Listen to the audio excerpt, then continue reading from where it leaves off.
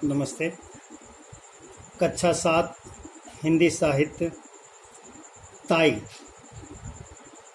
ताई वह होता है जो हमारे पिता से बड़े भाई और उनकी पत्नी, वो ताई कहलाती हैं। इस संसार में महिला होना एक सबसे बड़ा सौभाग्य है, लेकिन उसके साथ साथ संतानहीन होना ये बहुत बड़ा दुर्भाग्य है। ये कहानी इस पाठ में बताती है कि संतानहीन नारी की मनोस्थिति का वर्णन मातृत्व इच्छा पूर्ति के अभाव में उसमें घृणा और ईर्ष्या द्वेष भर जाते हैं और वह सबके बच्चों को दुश्मन समझने लगती है। कहानी कुछ इस प्रकार है।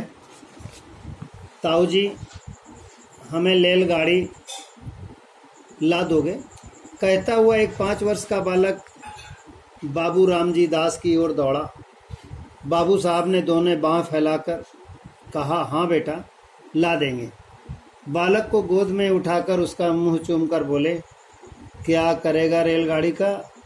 बालक बोला, उसमें बैठकर बलि दूल जाएंगे, हम भी जाएंगे, चुन्नी को भी ले जाएंगे, पिताजी को नहीं ले जाएंगे, वे हमें रेलगाड़ी लाकर नहीं देते। ताऊ जी, तुम ला दोगे तो तुम्हें भी ले जाएंगे। बाबू साहब, और किसे ले जाएगा? बालक क्षणभर सोचकर बोला, बच, और किसी को नहीं ले जाएंगे। पास ही बाबू रामजी दास की अर्धांगिनी बैठी थी। बाबू साहब ने उनकी ओर इशारा करके कहा, और अपनी ताऊ को नहीं ले जाएगा? बालक कुछ देर तक अपनी ताई को देखता रहा। ताई जी उस समय कुछ चिड़ी हुई सी बैठी थी। बालक को उनके मुंह का भाव कुछ अच्छा न लगा। वह बोला, ताई को नहीं ले जाएंगे। ताई जी सुपारी काटती हुई बोली, अपने ताऊ जी को ही ले जा, मेरे ऊपर दया रख। ताई ने यह बात बड़ी रुखाई के साथ कही। बालक ताई के शुष्क व्यवहार को तुरंत समझ गया। बाबू साहब ने फिर पूछा, ताई को क्यों नहीं ले जाएगा? बालक, ताई हमें प्यार नहीं करती। बाबू साहब, जो प्यार करेंगी तो ले जाएगा ना। बालक को इसमें कुछ संदेह था। ताई का भाव देखकर उसे आशा नहीं थी कि वे प्यार करेंगे। बालक मौन ही रहा। बाबू साहब ने फिर पूछा, क्यों रे, बोलता क्यों नहीं? ताई प्यार करें तो रेल भर बिठा कर ले जाएगा। बालक ने ताऊ जी को प्रसन्न करने के लिए केवल सिर हिलाकर स्वीकार कर लिया, परंतु मुंह से कुछ नहीं कहा। बाबू साहब उसे अपनी अर्धांगिनी के पास ले गए और बोले, लो, इसे प्यार कर लो तो ये तुम्हें भी ले जाएगा। परंतु बच्चे की ताई रामेश्वरी को पति की यह चुहलबाजी अच्छी न लगी। वे तुनक कर बोली, तुम ही रेल पर बैठकर जाओ, मुझे नहीं जाना।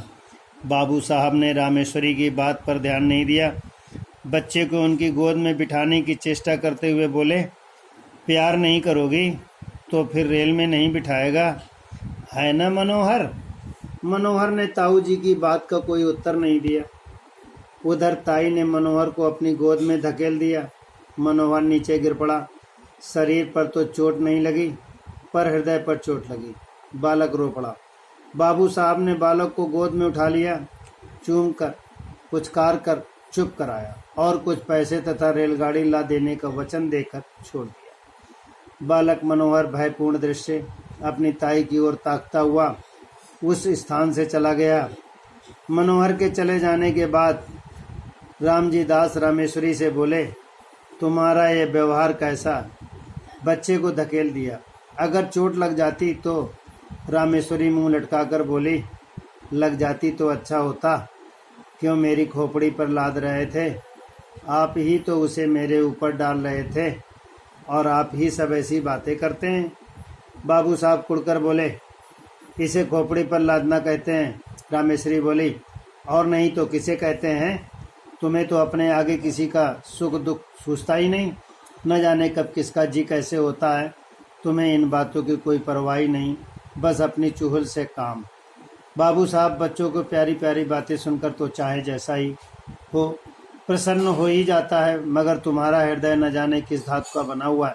रामेश्वरी, तुम्हारा हो जाता होगा और न होने को होता भी है, मगर वैसा बच्चा भी तो हो, पराये धन से भी कहीं पर जी भरता है। अतः इस प्रकार पाठ यहाँ से समाप्त होता है। और शब्दार्थ: अर्धांगिनी पत्नी, शुष्क सूखा, संतान औलाद, निरुत्तर जवाब, द्वेष दुर्भावना, झेपना लजाना, रुखाई, व्यवहार की उदासीनता, चुगलबाजी, हंसी मजाक। ये प्रश्नोत्तर ये लिखेंगे शब्दार्थ। तथा प्रश्नोत्तर पहला इस प्रकार है, बाबू रामदास जी के भतीजे भतीजी की उम्र में कितने वर्ष का अंतर था? बाबू रामदास जी के भतीजे और भतीजियों में कुछ ही साल का अंतर था। बाबू रामदास जी की पत्नी का क्या नाम था? रामेश्वरी जी। 2 प्रश्नोत्तर बालक स्वयं करें।